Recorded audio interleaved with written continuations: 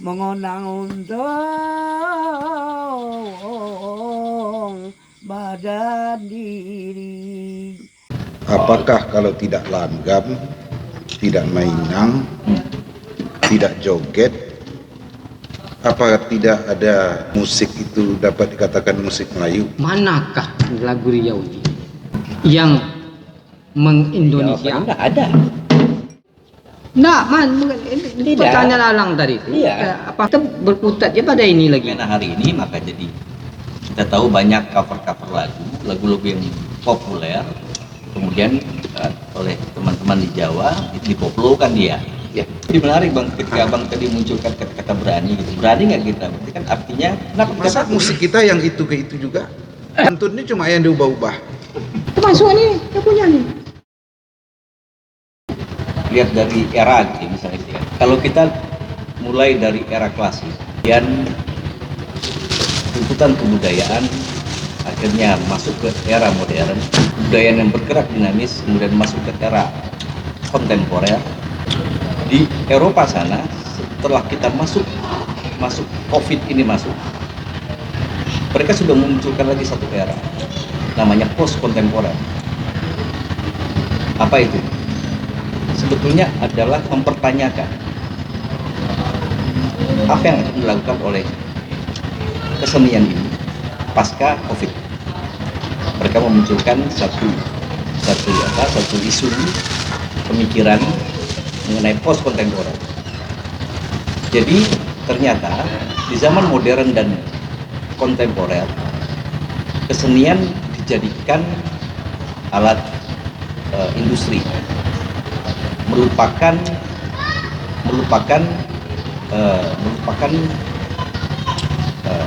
hakikat-hakikatnya, Pak. Sehingga justru di post kontemporer dia dibalikkan lagi. Itu pemikiran-pemikirannya.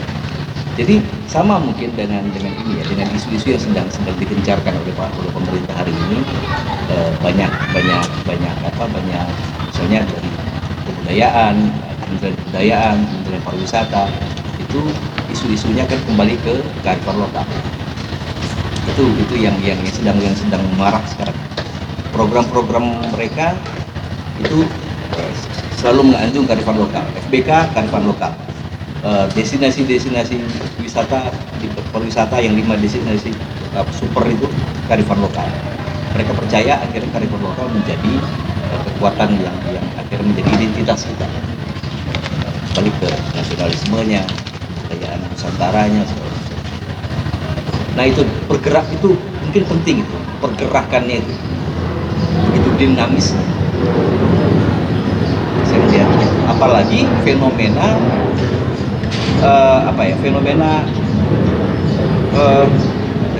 digitalisasi ini kan paradigma baru nih, ya kan? Digitalisasi ini kan paradigma baru yang harusnya menjadikan kita memperluas kotak efek seni pertunjukan itu sendiri. Dia menjadi dunia tanpa batas, tanpa dinding, tanpa tembok.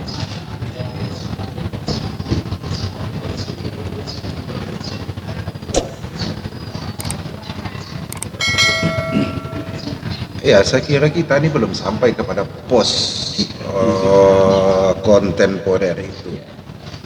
Posmo saja kita belum. Jadi ke postmodernis itu intinya orang yang dari kehidupannya tradisi masuk ke dunia modern, bosan dengan dunia modern itu, ingin kembali ke tradisi. Balik.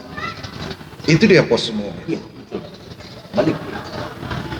Kerinduan, hakikat. Ya, tapi kita belum sampai kepada modernis itu. Jadi gimana kita mau balik? Mau balik lagi. Kita masih di daerah sana.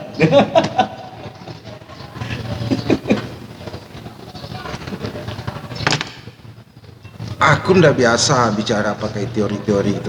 Sekarang ini terpaksa aku ucapkan seperti itu. Modern aja kita belum. Mau kembali kepada hal-hal yang sifatnya klasik.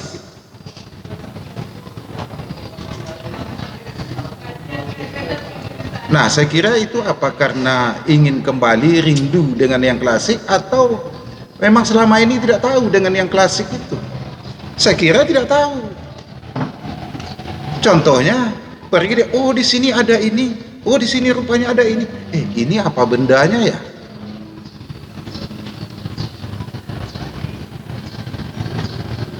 Justru sekarang ini baru dia mengenal atau ingin berkenalan dengan hal yang sifatnya tradisi itu. Di Riau ini loh. Ya. Bisa jadi jawabannya. Karena selama ini otak itu, cekoki apa istilah itu, hal-hal yang bukan dengan kebudayaan kita. Dan menurut dia budaya dia. Iya. Menurut dia budaya dia.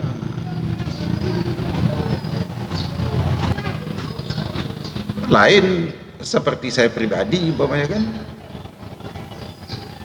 dengan petata petitih, dengan pantun, dengan apa lagi hal-hal yang sifatnya tradisi itu sudah terbiasa dari kecil. Saya pun pergi ke daerah pesisir, ke pulau itu, saya berjalan ke sana, saya tahu tradisi-tradisi mereka. Saya menjelajah semua pusat-pusat suku asli yang ada di Riau ini setidak-tidaknya. Saya tidak kaget.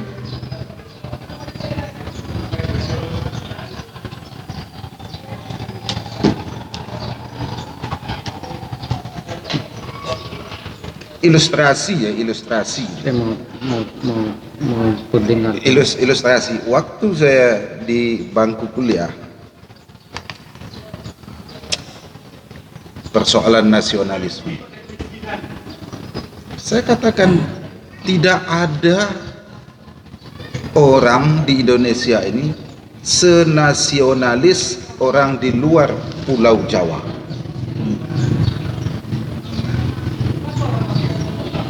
Alasannya simpel.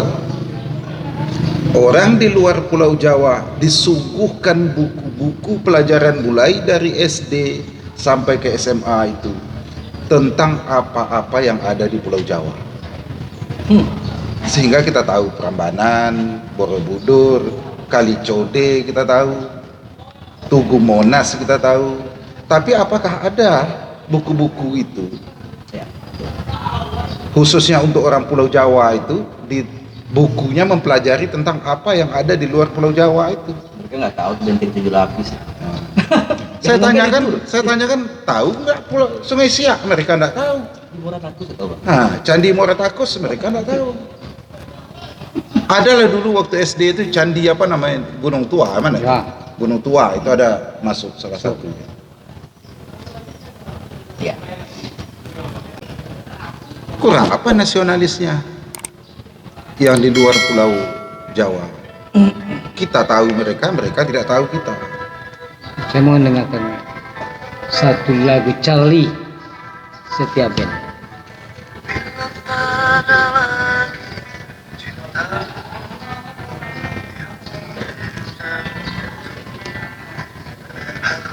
Kau tahu betapa hidupku sempit tak sempurna bila tak ada lagi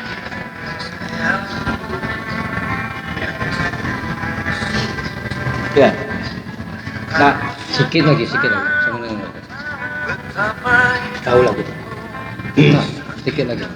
terluka dan terjatuh tersiksa batinku sudah tak sempurna rusaklah harapan kembali kini terbang jauh hilang asmara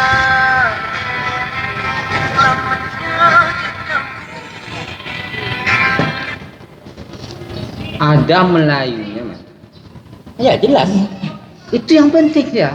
Ya. Pada zaman sekarang tuh Melayunya tuh ada. Ya dia Melayu itu banyak yang artinya yang Ya. yang Itu yang harus dilakukan. Nah, tapi kan sekarang ini Vokalnya. justru, ya itu sudah dilakukan ya. Iya. Ternyata hari ini pasca pandemi orang sudah bersiap-siap lagi nih ternyata. Ada kesadaran bahwa ternyata misalnya kita bicara soal Melayu kebudayaan dilekatkan hanya sebagai tempelan, dia sebagai hanya alat industri. Itu dan itu yang akhirnya menjadi kapitalisme ini menjadi merajalela.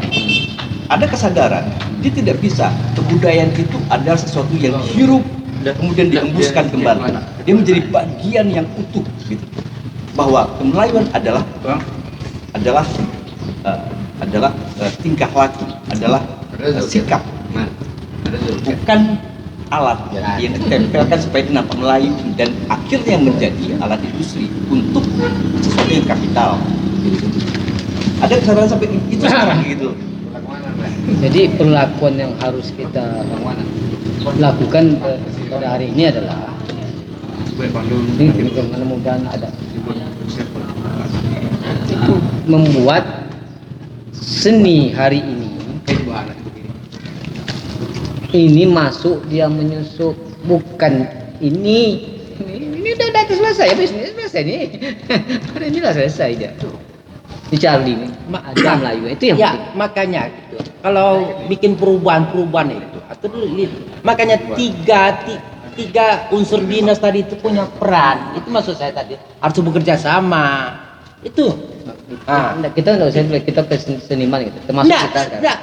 Makanya persoalannya pergi ke seniman, ke pelajar, ke pariwisata harus terlibat dia, tak bisa dulu. Artinya kebudayaan itu diurus kebudayaan aja nggak bisa. Harus orang persata, harus ada pendidikan gitu maksud saya tuh. Iya, kenyataannya kan iya, masalah betul.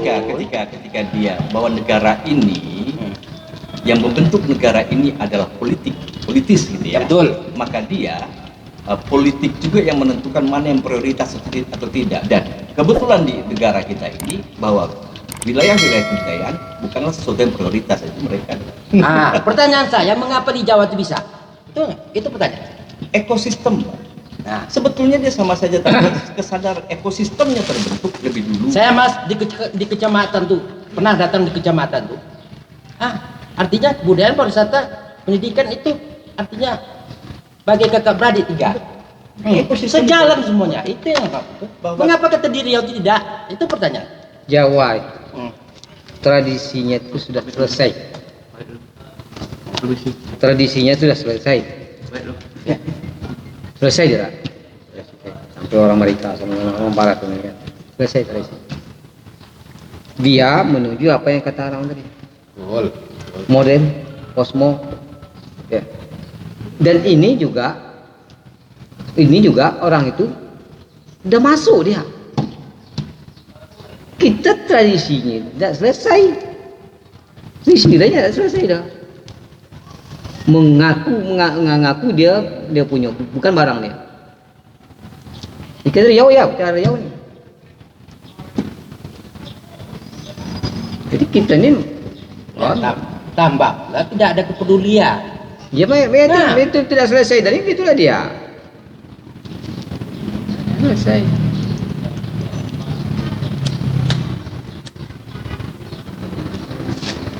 Tambah pula kantong-kantong seni itu ya masyarakat mati atau tidak ada kan itu. Makanya 5 atau 10 tahun lagi kita lihat aja lah dia. Dan muncul juga kecurigaan bahwa produk-produk kebudayaan ini seni salah satunya itu adalah produk-produk yang harus diwaspadai dan sehingga dia harus dibikin batasan-batasan, jangan dibikin dibuka di wilayah Lepas. karena dia berbahaya.